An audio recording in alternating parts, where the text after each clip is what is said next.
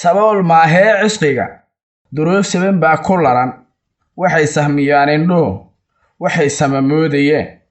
waxaan anna saadiyaa halkaan salka dhigi lahaa suleeqa waxaan dalbaa sidriga aan dhigin cidlo sinaba loo hori karayn codsigii aan direen la maqal jawaabna su'aashu mudan waqtigu haynagu simee waxaan sugayaa nasiib waxaan ku samraasay calab inaan la isheejin karin markaan seexdaan hurdada kacaasiril aawadii saqdii adiguu qalbigu arkaa sawirkaaga oo sawdkiyo muuqaagiyo socdaa ii soo galo intaan sax u moodabaan salaan goortaan ilaah sariirta ka soo dhacaa markay sariirtayda iyo saablaydu xanuun damqaan inaan sahwiyaan gartaa subxaanallah oon dhihiyo salliga nabigaan badshaa intaan soo rorogsadaan gacmaha sare aadiyaa subxaankaan haybsadaa inuu yartan ii sahlaa waxaan sasabaa dareen qof sii jeedaa hantiyey waayaha siqayaa in badan anoo seetaysan bay sigiyo boor igu rogeen siday u eg tahay yartaan safaadka darteed u maray dadkii is-su'aalay baan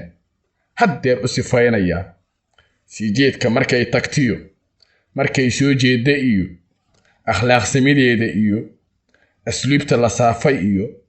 sinjiga dhaqanuu fog iyo ceebaha jira sabeennadan siday uga dhowrsatiyo sunnaha iyo diinta sami siday uga muuqatiyo habkiyo sawraca wejiga ilaah u sameeyey baa hankiyo qalbigaba seed u ah indhaha sunniyaha madow